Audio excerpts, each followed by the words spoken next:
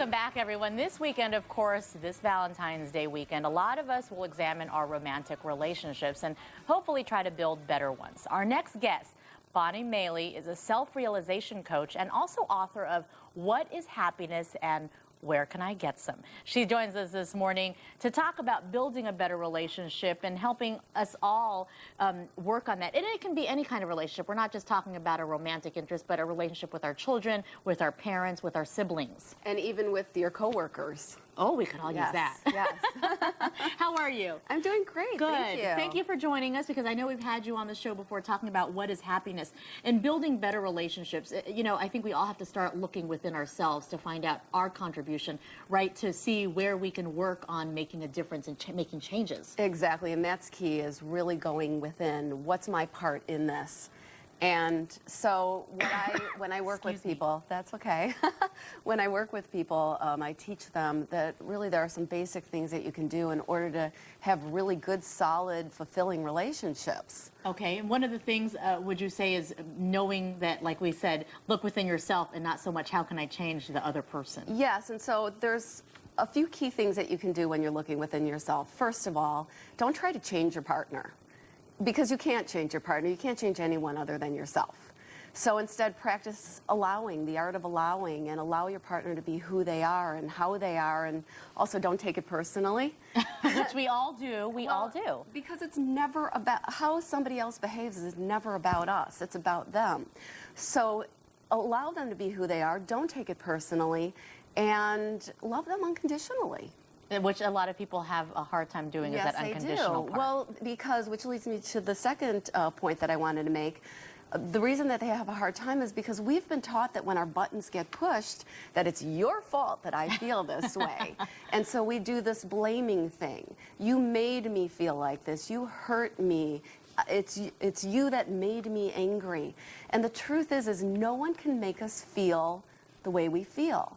The reason we feel the way we feel has to do with how we react and respond to you, not what you say or do, because as I said earlier, it's not about us anyway. And it's probably important to, when you're talking about not blaming the other person, and how you deliver your thoughts by not saying you did this, you did this. I've heard this from different advice columns and things like that, but take responsibility for it. Well, and a good way to do that is by using I statements. Okay. So I feel this way, as opposed to you made me feel this way. Good way of pointing that out. Okay. Yes. And what about the next step, would you say? Focusing, you say, on what you have, not what you don't have. This is so huge. I've been with women, and they're sitting around and all they're doing is talking about what they don't like. And what we focus on is what we experience.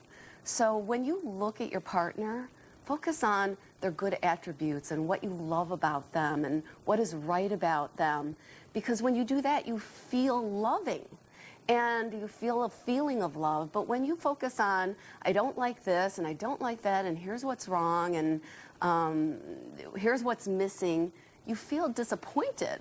And that gives you a completely different experience of your partner. So what you focus on is huge. It probably also helps us realize, or remember, I should say, why we love this person, because when you're in that state of I'm annoyed or I'm angry, you forget about all the good things. Yes, very much so. Okay, your last and fourth and final piece of advice? Well, what I wanted to say about successful relationships is that successful couples do not see the difficult moments as a problem.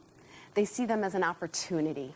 And it can be an opportunity to have a discussion, or an opportunity to make a change in the way they've been responding, or an opportunity, as we started at the beginning, to look inside myself and say, why am I doing this, or why am I feeling like this, or why am I responding like this, and perhaps I can grow and learn from this.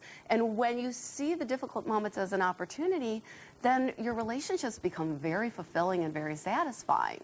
That makes sense. Learn from your experiences. Yes. But it's probably better to do it at the moment or right after, not days down or weeks down when you're like, okay, maybe I did something wrong. Yes. And this comes from the previous steps, is when you're actually allowing and taking responsibility, then it's easy to also see the opportunity.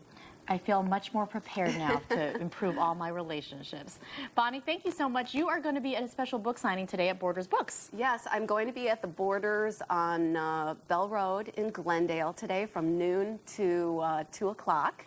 And also, if you're interested in purchasing my book, you can get it at lifebalancingcoach.com. All right, what is happiness and where can I get some? That is the name of the book. Bonnie Maley, thank you for joining for joining us this morning. We sure appreciate how to better improve our relationships, all that advice. Stay with us, folks. We'll be right back. For more information, you can always log on to azfamily.com.